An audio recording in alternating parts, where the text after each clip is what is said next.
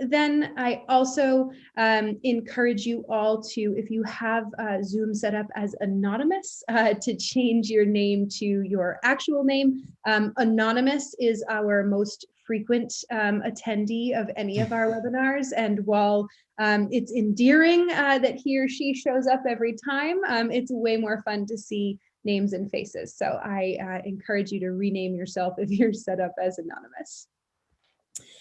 So my name is Georgina Donahue. I am the director of the Pragmatic Alumni Community. And the alumni community is really a space that is designed around how you can find best practices that are working for other people that are just like you, and really apply them to your unique reality. And one of the most interesting conversations that I get to have are ones that are just like this. So today we are going to be talking with three panelists who really bring their collective minds to a point and explore really how we can become masters of the competitive landscape.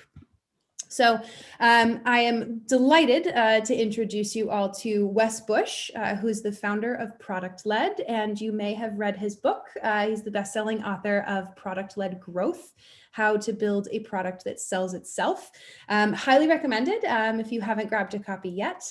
And so in the book, and you'll hear from Wes as well, he really believes that you need to put your users and their experience first. And if you are a pragmatic alumni, then you will agree as well. Really to make sure that your products and what you're building delivers on the value that they promise. So he is, really focused on a philosophy that, if you want product-led growth, you need to help your users achieve that aha moment with your product, right? And ideally as soon as possible. So welcome, Wes. Really happy to have you here and looking forward to learning some more from you. No worries. Thanks for having me. I'm excited to dig into this topic. Yeah. We also have Luke Freiler here with us, who's the CEO of Center Code. And you may have caught Luke on a webinar that we did a couple months back. But if you're not familiar with him yet, Center Code is really a pioneer in customer validation. Which really kind of represents the process of evaluating the stability and the satisfaction and the adoption of your product before the launch, right?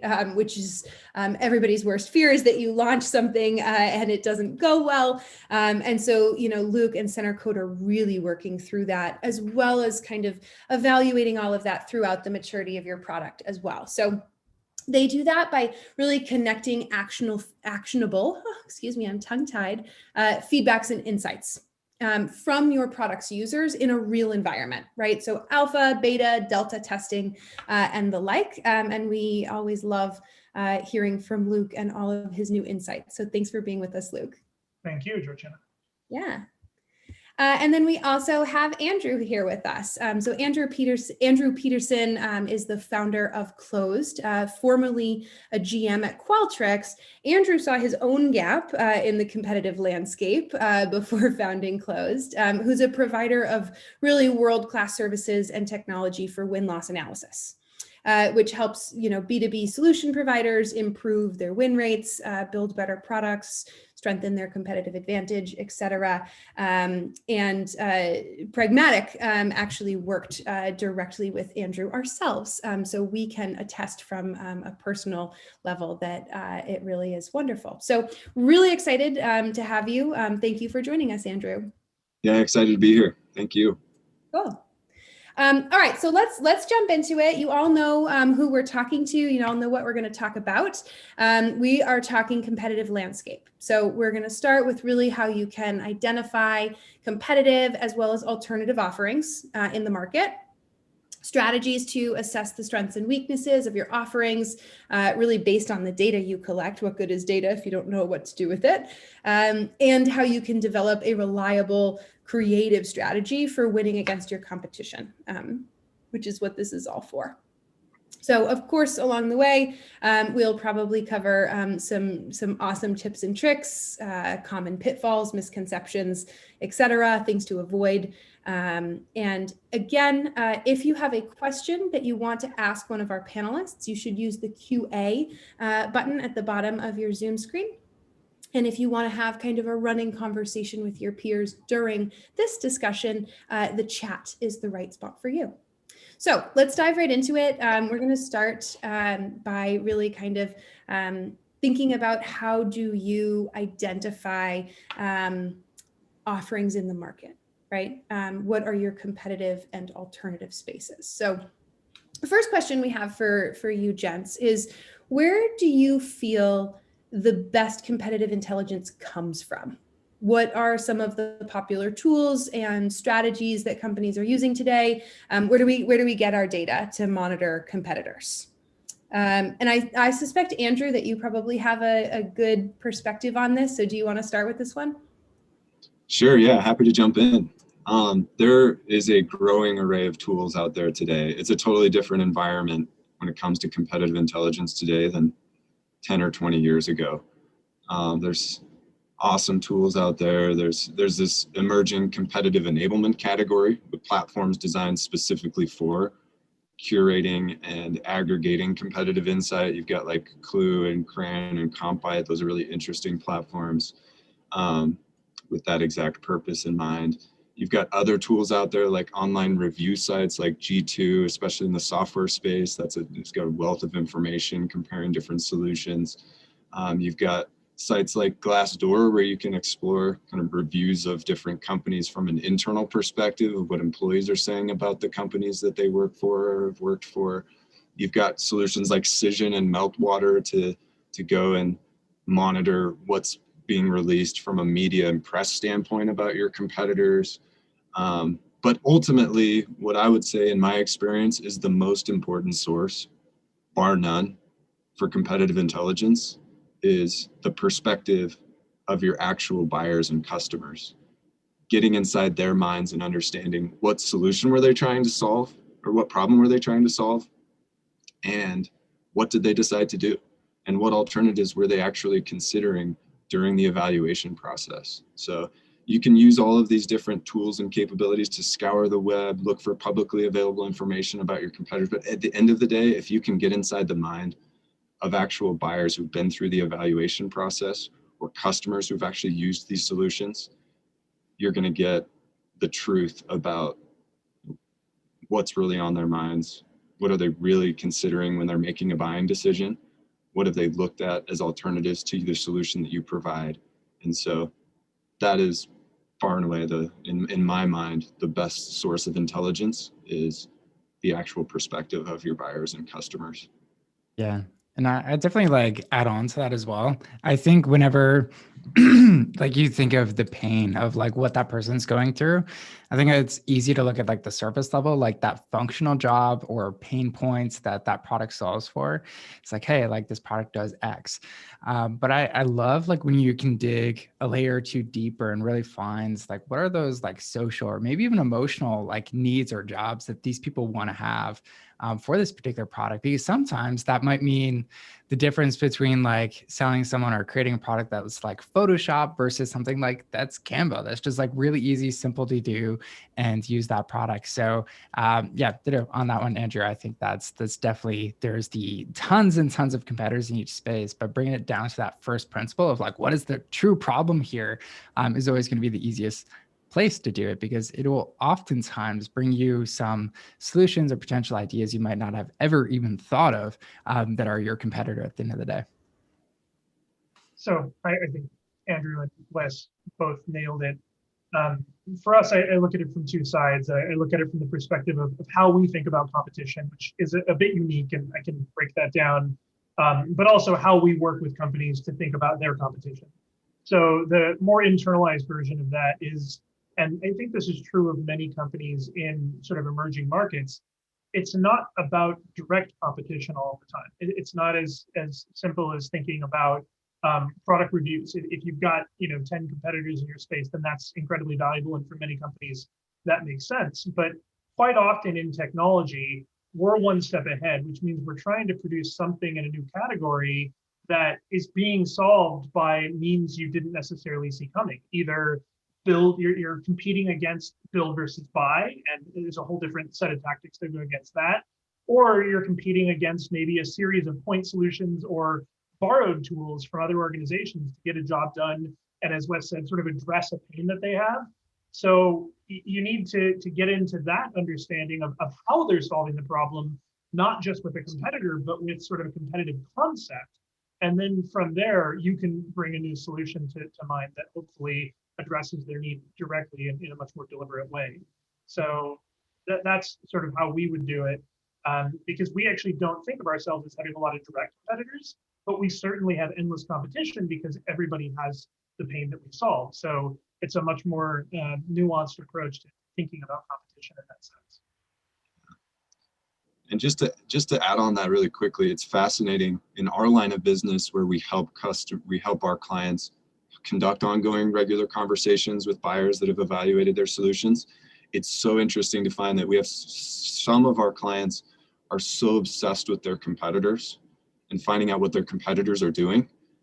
But you go out and you actually talk to buyers and you realize you're not even losing deals to your competitors, to your point, Luke. Like, your competitor isn't another entity or vendor offering your same software. You're losing because they can't build a successful business case to buy what you sell, or you don't meet their specific use case, or there's no company out there that meets their specific use case, or whatever it might be.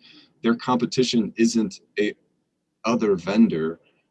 It is not like indecision or no decision, or whatever you want to call it. They're just not even moving forward with a solution or not finding what they're looking for. Absolutely. Yeah. And I think to add to that too, when you think of like, okay, Netflix versus Disney Plus, a lot of people would say like, oh, they're like direct competitors. But what is their main competitor?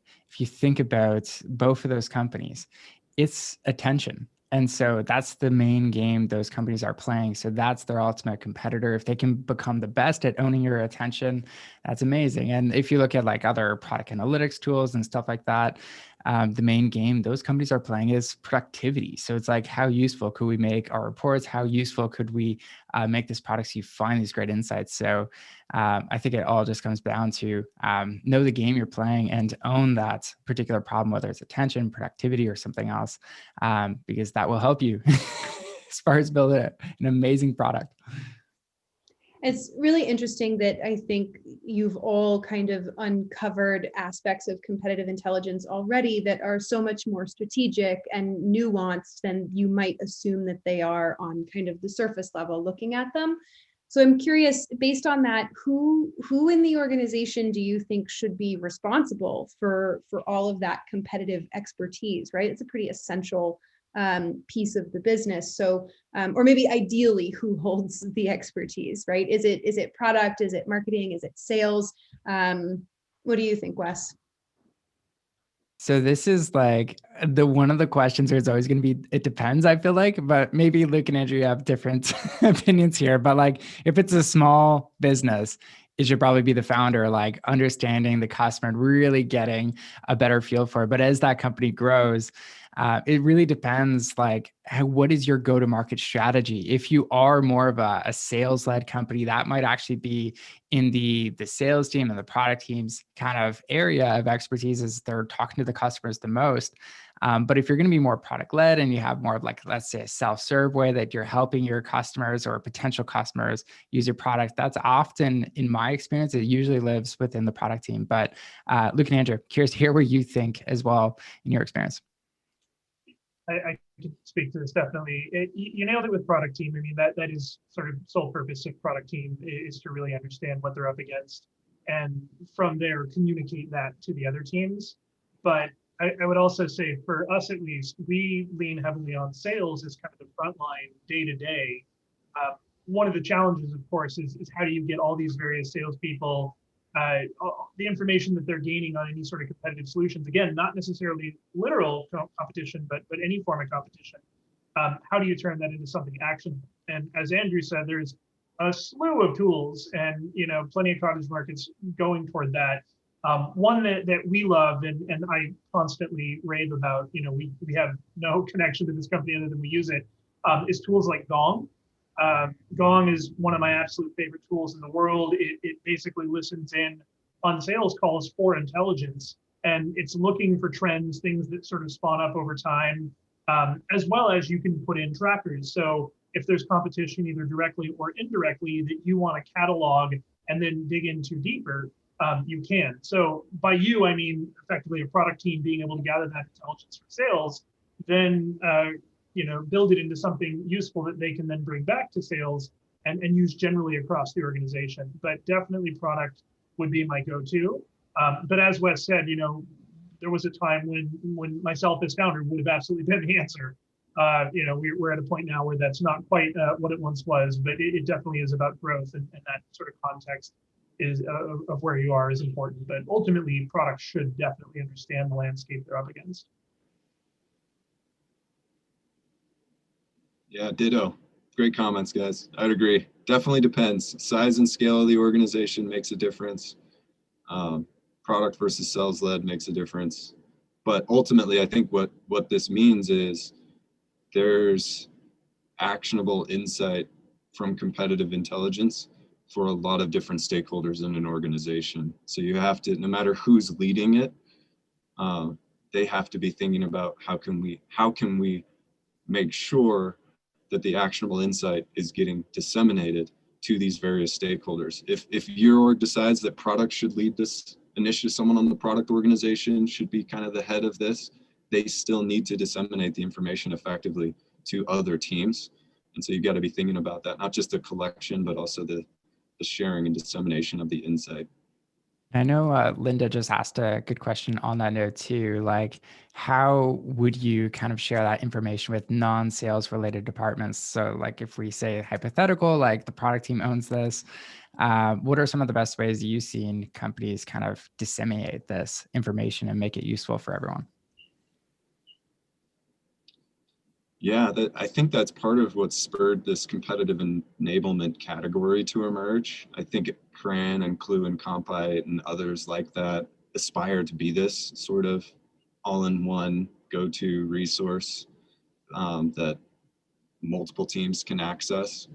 I haven't personally used those platforms. I've heard good things from some of our clients that do use them, that it's helped fill this gap, because historically a lot of companies have just spent so much time gathering the intelligence, but certain individuals have become bottlenecks in their organization where they know all the information, but the way it gets out is they just show up at a meeting and start spewing intel in the meeting, and hopefully it has an impact. And so I don't know if those platforms are ultimately the Holy Grail answer to this, but each org's different. Size and scale of organization probably makes a difference too, but whoever's heading this up needs to be thinking about, how can I package up the insight in a way that I can share what's meaningful, not everything. I don't need to share everything with my executive team, but I do need to identify and package up the meaningful insight for our executive team that they can act on at a strategic level. Need to package up insight for the product organization of things that they could act on and use to shape roadmap and strategy. I need to package things up for sales enablement so they can go train our sales team better and we can be more effective in encounters that we have with certain competitors. So I don't have the right answer, but I think there are companies out there that are trying to solve this. And whoever's in charge of this sort of initiative just needs to be giving as much thought and creativity and effort to the dissemination of the insight as they are to the collection and capture of the insight. Yeah, for us, as I mentioned, it is the product team, and basically there's two sort of things happening. One, they are continuously meeting with the leadership team so that anybody who needs this information can take it down further.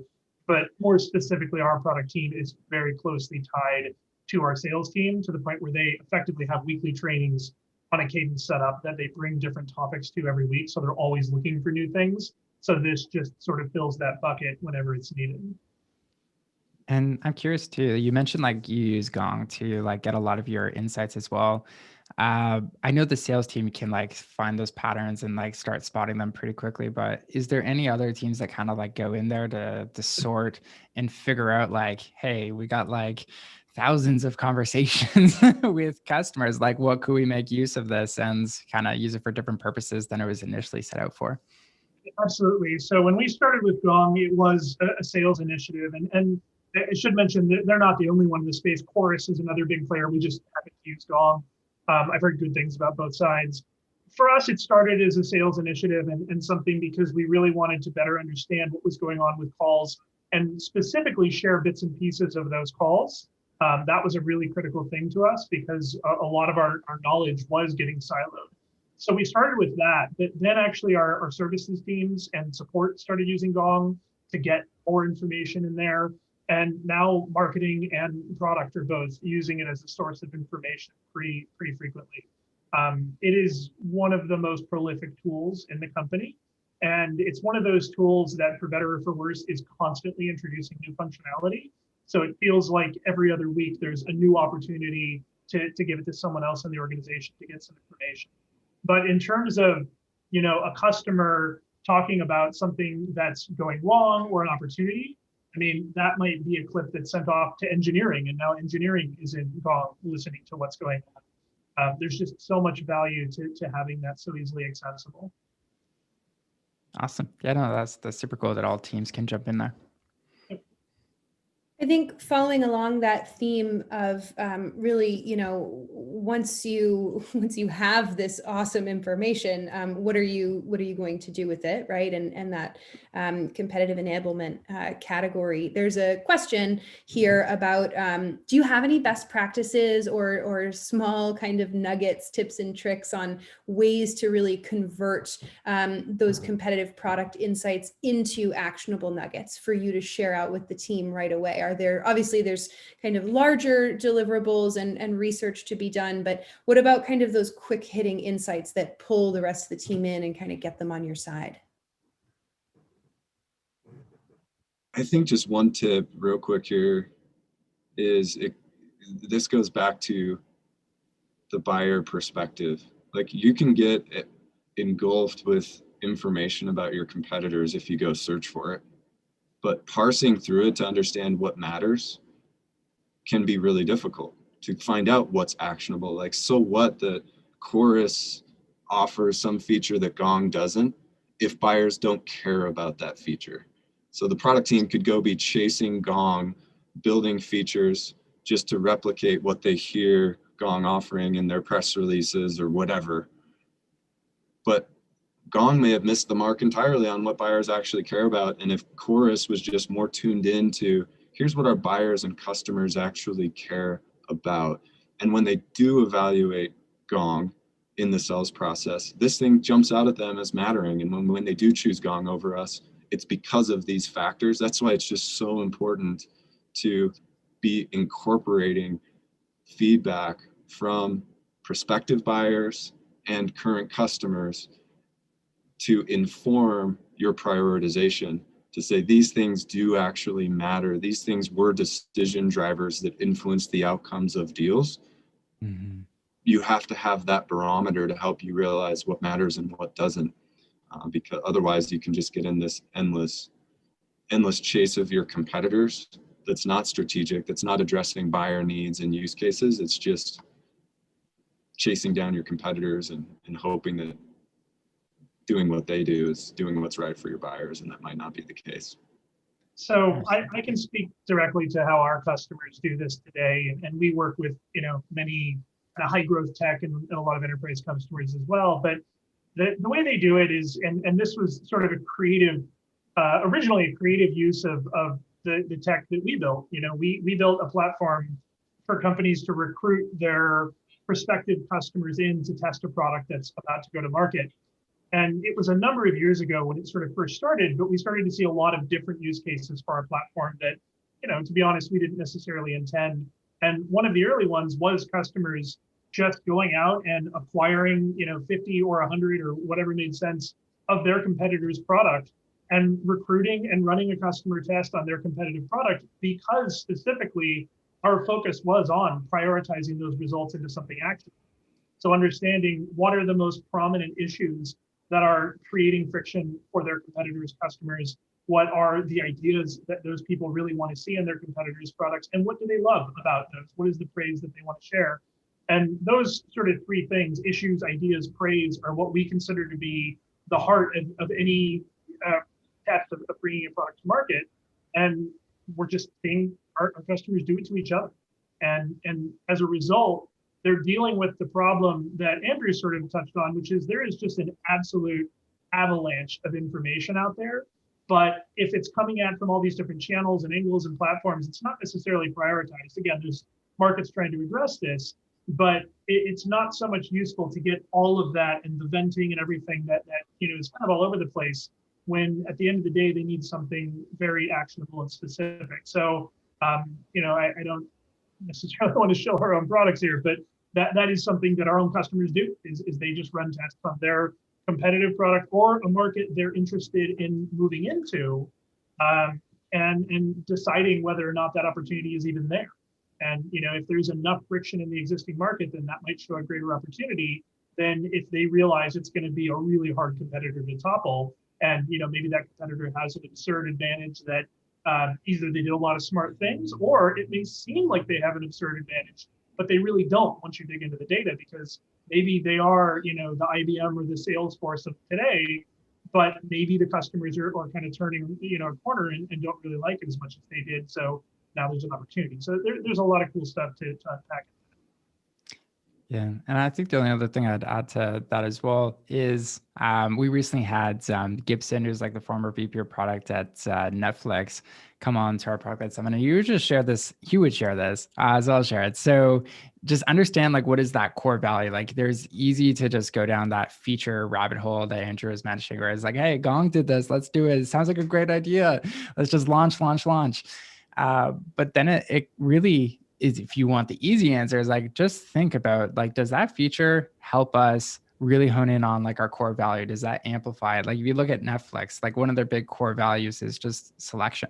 It's pretty simple, but they want to have the best selection of shows and everything else, so you can stay engaged and own that attention, back to the core value. So I think when you understand the core value and the core value that you provide as a business, it gets easier to make some of those decisions when you do get that torrent of insights that are floating your way. It does help you see, like, does this identify with this core value? If not, maybe that's not the right case for us to do right now.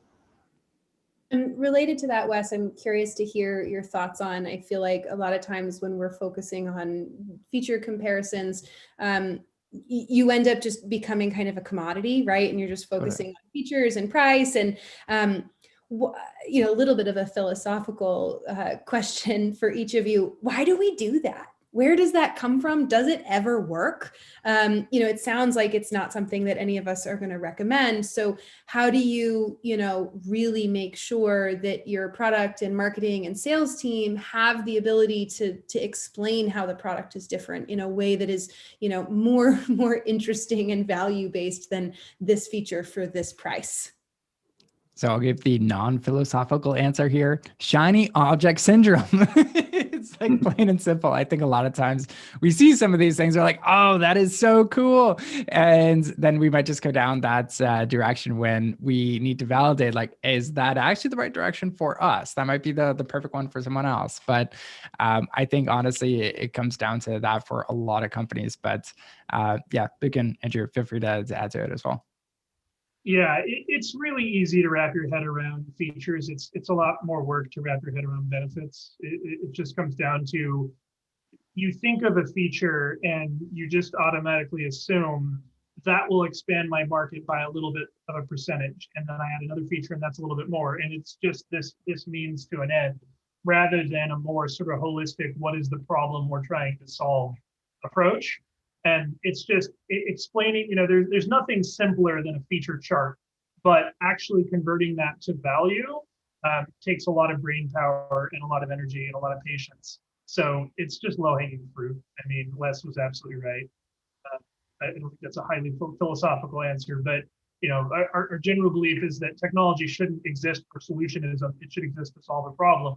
And it's just harder to think about it that way than it is about let's add something else shiny. There's a follow-up question here from Karina, who I'm sorry for you, Karina. You are 100% not alone. Her executive leadership team totally has shiny object syndrome. And her question is, how do you dispel competitive inaccuracies that the executive leadership team are propagating themselves? So Andrew, I don't know if you want to start on that one, if you have an idea. Yeah, I mean, I feel like I'm beating the same drum, but the best way to like validate assumptions that are being made at the executive level. A lot of times executive teams do that. They over rotate on one anecdote or one story that they hear, or the hype they hear about some competitor. Like they just latch onto that, and they're distanced enough, depending on the size of your org, they may be distanced enough from the actual customers and sales calls that they're not in the trenches hearing that, oh, those things aren't actually the case. That's not reality. And the best way to bring them back to reality is to counteract those anecdotes or those stories or that hype with actually what customers are saying and what buyers have been saying. So if I can go to the executive team and say, hey, here's 10 examples of our most recent customers that switched from that competitor. We had in-depth conversations with them, and they talked about how they didn't actually need this, or they didn't actually care about that, and these are the reasons why they switched to us. Or that the customer perspective and direct feedback from customers and or prospective buyers that didn't move forward with you, their perspectives trump everything. And so if you're worried about that, and if you need something to go play as the trump card to overturn those whatever's happening at the executive level, go put in the effort to go talk to the customers and find out, validate if that's true or not. And if it's not, gather those anecdotes, those stories, those customer examples to say, hey, we might want to think twice about that. Here's what customers actually said who've been in this situation, who are solving this problem, who've looked at both solutions, and we're wrong about what we thought. To add to that, I think my single word to that answer is just data. And I think Andrew's, my understanding of Andrew's business is about collecting that data. Is really understanding why they're wrong. I've experienced this with my own team at times, my own leadership team, in that, the way I sort of think about it is you have conventional wisdom and contextual wisdom. And where I find this problem to be more prolific is with newer people who come to the team, and they're coming to the team with a lot of conventional wisdom and pre-built assumptions, but they may not yet understand where the business is. Or they've been with the business for so long, in some cases, they're out of touch with where the market currently is. So they're taking whatever that wisdom is, either they got it a long time ago or elsewhere, and to them, that conventional wisdom is what makes them valuable, so they want to bring it to the table. And really, the only way to get around it is by doing your homework and gathering the data that backs you up. And it really just comes down to that. Yeah. So I think the easy, like if you're a bigger company, like the data route is going to be a bit easier for you. But if you're like a smaller company, or maybe you just have, it could be still a good sized company, but you just have a few customers because it's really high, kind of like the average contract value, you might just need to do something more like a customer advisory board where you put together a group of your best customers and really just like let that stuff simmer for a little bit, have that meeting, like present it to them and really go through like, hey, here's the problem. This is like, we're hoping this is going to solve, like get their intimate feedback on that, and make sure that the customers you have on this aren't just the yes people who are going to be like, yes, I want that. But they're also the people who are going to be willing to challenge you, because it's easy to find the yes people, but I think it's a bit harder to find the people who are okay with challenging you and saying, you know what, that might look nice, that might sound nice, but it's really not that helpful because I do it this way or something like that. I love that, Wes. That the scale of company you're in makes a huge difference in how you approach this. If you're at a small company, I was fortunate to work at Qualtrics when it was really small. We had 30 or 40 employees, and we were just customer obsessed. We were lucky to have a leadership team that was customer obsessed, to your point. They didn't care at all about what SurveyMonkey or Medallia or any other competitor was doing. It wasn't even on the radar. It was all about, for the customers we have and the prospective customers we're talking to, how can we delight them? How can we solve the problems they're trying to solve? And that made Qualtrics successful, was that customer obsession. And there was no one was lifting their head up looking at what the competitors doing. In fact, that was frowned upon by the executive team. Like, we don't care. Bigger companies, it changes, like the dynamics change. Incremental differentiators make a big difference when you're in a really mature space and there's, every solution is pretty good at solving the problem and you're just looking for the one that's more cost effective or that does certain things a little bit better than others. And the whole feature comparison may become more relevant. But for small companies, small scale, high growth companies and new spaces, like just focus on delivering for your customers and delighting them, and you'll end up in the right place. And I'm curious, like, if you could share maybe an example or two on that note, like at Qualtrics in the early days when you're at like that 30-person range, like what were some of the things that either was the executive team or even yourself were doing to just be customer obsessed? Because I think it's like, I hear that all the time. It's like, I'm customer obsessed. And I don't really quite see a ton of like tangible examples. So if you have like one or two, I'd love to hear what you did at Qualtrics. Yeah, Qualtrics is kind of unique, I think. I would distill it down to this. Qualtrics was different than a lot of companies today. It was a very sales-led organization. Yeah. And there was an attitude at Qualtrics of like, we'll deliver whatever the customer asks for, even if it's not pretty behind the scenes of how we get there. So sell it and we'll make it happen. And Qualtrics, and that can be dangerous, but Qualtrics did a really good job and was very committed to following through for the customers and making sure that they had. So the obsession, I think, at Qualtrics came from listening very intently, doing incredible discovery during the sales process to really dig under the surface and understand what's the customer trying to solve, what is their use case, and let's go make it happen. And then the rest of the company was oriented to deliver around those commitments that were made in the sales process. Different approach than being product led, but they were also it was a very enterprise use case, and a lot of companies did have very differing requirements and things. It worked for Qualtrics. I think that, so it was less about like big, customer, whatever you call them earlier, like getting groups of customers together, talking. It was very like sales led, about like discovery and understanding customer needs during the sales process and reacting to that and responding and being very agile and making sure we delivered for customers, and then paid very close attention to retention of customers and supporting them well during their customer experience to make sure that they succeeded in what they originally set out to do. So Got it. a little bit of a unique approach, but they were committed enough to make that successful.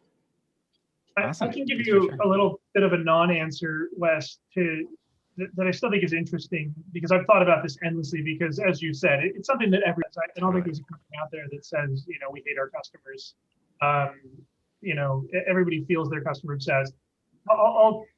We've tried from, every sort of fiber of kind of the culture to constantly reiterate that, our customers are the only reason we're here, and just so much more than that.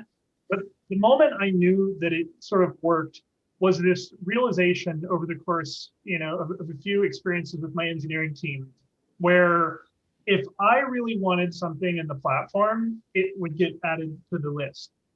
If a customer wanted it in the platform, they would drop everything they were doing to do it that afternoon. And to the point where I realized I was not, my perspective and wants, despite signing the paychecks, was not nearly as interesting to them as making a customer happy. So, I can't tell you exactly off the top of my head how we got there, but I do feel like it worked.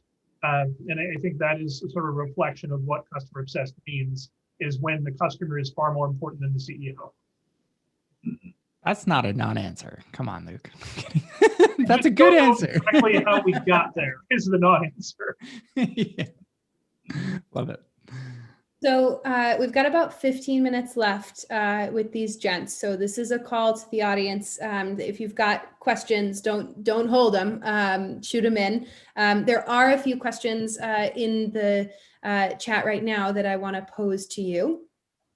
So one is when you're kind of looking at really beginning this kind of effort of kind of launching a competitive program and getting in touch with your clients and really reaching out to people, what's the most important beginning step? How do you make sure that you really get off on the right foot to launch a competitive intelligence and enablement program like this? I'll let you fight for who's gonna. I was going to say, I'm not the one to answer it, because just to be perfectly honest, we've never thought of it as a program. It's more been innate. So I can't say that I know exactly what the first step would be, other than things I've seen, but I'll definitely lean on Wes and Andrew to give a more meaningful answer here.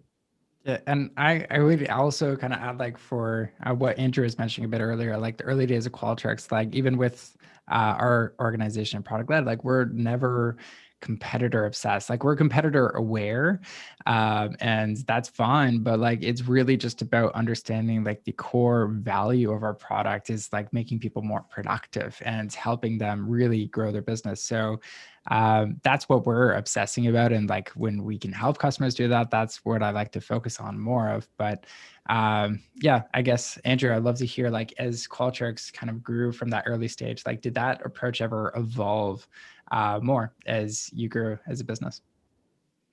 Yeah, that's a good question. So to the first question, I would just quickly say, like, as with any good initiative or program, if it's a very formalized program at your company, competitive intelligence, start with the stakeholders and get to know who your stakeholders are and figure out where they're at, meet them where they already are, and understand what they perceive to be the gaps. Meet with your product leadership, meet with your sales leadership, meet with members of the sales organization. Start internally to understand, get a feel for where people are at and what they feel like the gaps are.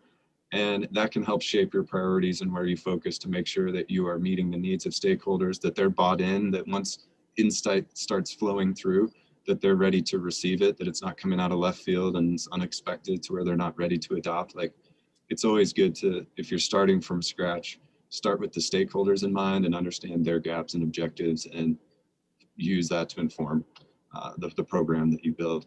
But Qualtrics definitely evolved as a company. Qualtrics is a feedback company. They would call themselves an experience management company. That's just fancy nomenclature for, like, we help you capture feedback from important parties like your customers and your employees and act on it. So they were fortunate in that they could practice what they preach and implement a lot of different mechanisms for capturing customer feedback and internal employee feedback. And as they grew and matured as a company, things got more formalized. But the key, I think, for them, more than anything, more than being sales led or product led or anything like that, is just an obsession with customers. It was one of the core values that they preached constantly, and that I think that, like Luke was saying, for his company, it was just in the DNA at Qualtrics that we deliver for customers and we make our customers happy and we put our customers first. And if salespeople, there was a stage at Qualtrics where the support team was a little bit understaffed. So one of the founders, Jared, went through the office and he put like light up red lights on the ceilings. And if the phone call, like if the phone rang from a customer to the support team more than like 3 times, these alarms started going off through the entire building. And the sales team was expected to pick up the phone and be well versed enough in the product to answer the customer's questions and make sure those customers were satisfied. There was no routing system on the phone. There was no like hold music or menus. It was like within 3 or 4 rings, you were on the phone with someone at Qualtrics that probably could answer your question. If they couldn't, they would go figure it out, even if they were a salesperson or the receptionist at the front desk. So they just kind of instilled that in the DNA of, if we focus on our customers and we care about our customers more than anything else, then we'll beat our competitors because we'll be more customer obsessed than them. So that was probably the core competitive strategy for Qualtrics, was just care more about our customers than our competitors do. And in the end, we'll come out in front. Love that example with that phone. That's brilliant. Very stressful, very effective. It's a great example. I think that, one of the really big themes of this conversation so far has really been on value. What is it that your customers value? And there's a question here from Cindy, who I think you've sold her. I think she's convinced that that's the right way to go. Unfortunately, what do you do if you happen to be at a company that is competitive or competitor feature obsessed? And if your product team is just so entrenched in that, and you're looking at it and you're like, hey, I have got to switch these people away from these feature comparisons. We've got to start talking about value more. How do you make that happen? What have each of you seen work for kind of making those transitions? Happy to share. I can jump in after. You go, Luke. For us, again, looking at this across companies, it comes back to the same, and it just feels like such a generic answer. But it really comes down to data and understanding what your customers' actual challenges are. It comes down to thinking about friction and problem solving and communicating that, and the fact that whatever is truly producing the value is going to be a competitive advantage over the features themselves. It's, I can tell you that for us, it's been an interesting ride, and we're actually coming out of some of this because for us, we were very much driven by our customers' needs for many, many years. And this is a long story that I'm going to tell a very brief version of, but I realized one day with the help of my product team that our product had been very feature focused for many years because we had an incredibly fragmented audience. And what that meant is, we were addressing a new category, and every company we were dealing with, which were all like Fortune 500, big, very powerful names paying us a lot of money each. So they had a lot of sway with us, especially as a small and at the time bootstrap company. So we were giving them the features they want for years and years. And what we eventually realized is that everybody used a third of our tool, but it was always a different third. And we had to support the entire thing, and they had to trip over the 2/3 they didn't use. And it was really because we were so reactive for so long and had created this robust tool that we could very much call an enterprise grade tool. Many enterprises were using it, but we were reacting to our audience as opposed to really listening to the collective problems and thinking about the value we could provide and coming at it from a much more prescriptive approach. And again, there's so much to really talk about and unpack there that we don't have the time for. But that anecdote, and where that went, eventually we had a turning point where we realized everybody would be better off if we stopped focusing on features that are, again, it wasn't we were focusing on features for the sake of focusing on features. I don't think anyone necessarily does that. They do that most often because they think that feature is going to lead to a little bit more market share opportunity, and then a little bit more and a little bit more. But again, you hit that turning point where it starts to topple over on itself. So the sooner you can get to focusing on the solution side to the problem, the better off you're going to be. And for us, it was a very important learned lesson. Yeah, and I think if you're dealing with the executive team that's focused more on just like, okay, like everyone's like super competitor where it's easy to focus outside, but one of the ways I found it's easy to like bring people back to the basics. This is going to sound super tactical, but I would get everyone, lock them in a room. Virtual rooms are okay nowadays, and just do a simple SWOT analysis on the business. Like start literally like getting everyone to ask the simple question, like, what are the business's strengths? What are our weaknesses? What are the opportunities? What are the threats? Pretty simple. But what you're going to get out of that when you start analyzing what everyone has to say is, hey, as a business, like we have these three, maybe two main strengths that we're really excelling at when we compare ourselves to everyone else. As part of that, that's definitely going to be our competitive advantage. And if we lean into that, maybe that's also where our core value as a business derives from. And so it's a different way of thinking about it, a little outside of just the product focus. But I think if you start from that higher level view, it can be easier for you to get people focused on like, what is the big picture here as a business? Where can we over deliver? Where can we really lay into our strengths versus trying to come up with these features that might not be in line with what we're really good at as a business? So that's just one tactical thing that if you want to try it, it is super effective and fun at the same time. Awesome. All right, we got time for one last question. This one, Andrew, I'm hoping that you might have some tactical tips and ideas on. So this one is asking about collecting data from the accounts that you lose. So one of the challenges that the asker is having is that sales just don't want to give that much information on their lost deals. They're sensitive about it, and it creates a really big challenge in collecting data for the lost part of win-loss analysis. So are there kind of practices that you could suggest to people? Obviously, my suggestion would be to work with Andrew. Pragmatic did, but if that's not an option for you, if you're doing it yourself, do you have any tips? Yeah, absolutely. Like, that's a great question, and it comes up fairly often. sales teams need to be brought to understand that the purpose of win-loss analysis is to enable them to win more. And so as painful as it can be to dissect a loss, it's not a witch hunt to go figure out what some sales rep did wrong. That's not the emphasis. The emphasis is on what are some of the themes and trends across sales opportunities that can be addressed that's going to make it easier for you as a sales organization to win more in the future. And when they start to understand that it's not about dissecting their personal performance, it's about identifying things the company can do collectively to make their job of winning deals easier, they'll come around to realizing like, oh, I stand to benefit as much or more than anyone in the organization if we do this kind of an analysis. And as a second part of that question too, it can be very helpful to have a neutral third party involved to have these conversations, especially in a loss context, not necessarily to make their sales rep more comfortable, but to make sure the person participating, the customer, is more comfortable in sharing candidly their experience, sharing insight about the competitors, talking candidly about things that you could have done better as a company, as a vendor, to win their business.